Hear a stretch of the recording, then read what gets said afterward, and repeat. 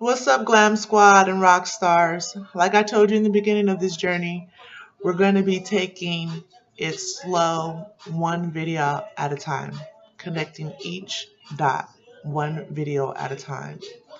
So basically, right now, I'm going to tell you about how Lando is just wrong. Everything falls back on Lando. When I got pregnant with my daughter and I got a job and I squared up, the local liquor store that I used to go to off of Fifth Street was proud of me. Grandpa was proud of me.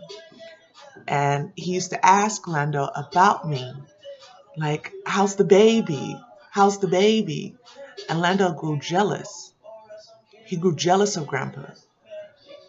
And so he started spreading a rumor that my daughter, Corinne, was the liquor store man's baby. He started spreading the rumor around that my daughter Corinne was the liquor store man's baby. He'd say, "That's the liquor store man's baby. It's the liquor store man's baby. It must be the liquor store man's baby then." I'm like, why do you keep saying that? They keep asking me about the baby. They want to know about the baby. That's the liquor store man's baby. I'm like, Lando, stop with the bullshit. Leave me alone. You know? The bad part about that is no one ever asked me or questioned me or brought it to my attention. It was just a rumor that was circulating amongst his group of friends. It was just a rumor that was circulating. My whole thing is that with us having a cool rapport, even however casually it was between me and our Muslim brothers and sisters, if a rumor was going around that my child was related to you guys, you should care for her. Treat her with kindness. You should care for us. I don't understand how things went so far to the left because I got with Trey. Like, it became war between us because I got with Trey. Like, it's so much animosity behind that relationship. It drew a divide between me and so many people that knew I was a good person. He was diminishing my reputation. He was tarnishing my reputation, and people started to view me poorly, like I was a bad person, that I was foul because he was diminishing my reputation. They knew me not to be mingling. They knew me not to hang out with certain people. They knew me not to be in the streets. And when I got into that relationship, I was more active and people started knowing who I was. People knew of me, but I started meeting people. My name became more regular into the street because he was popular. Being in a popular relationship, more people became aware of who I was, and that drew jealousy. And when he began to dog me out and I stayed around, it grew a not an animosity, but they started frowning upon me.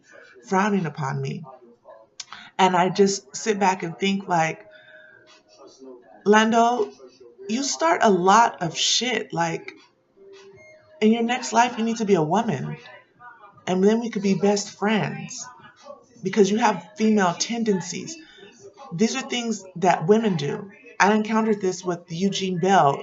He argued like a woman. He must have been raised around argumentative women because I've never encountered a man that could argue like a woman.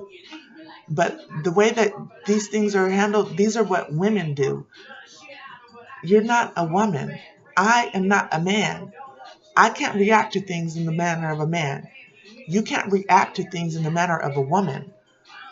You started a rumor that my daughter was the liquor store man's daughter. They never addressed it. Only thing Grandpa was asking was how was I doing? How was the baby doing? When is she going into labor? What is she going to name her? He was curious because he was my friend. He was kind to me. I was kind to him. I was a pleasant person.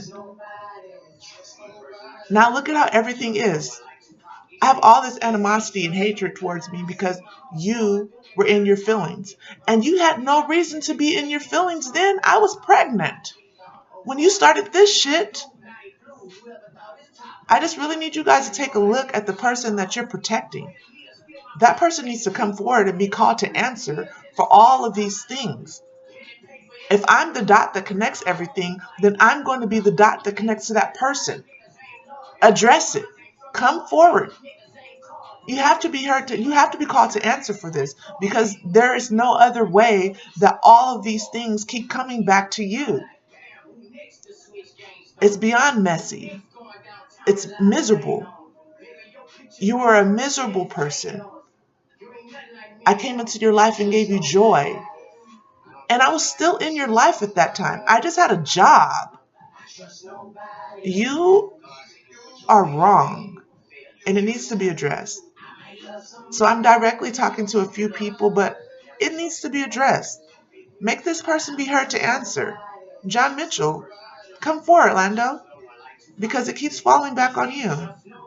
That's all I have to say right now. I'm just very, very disappointed, and I'm very, very offended because I carry myself in a certain manner. I'm the same way all the time.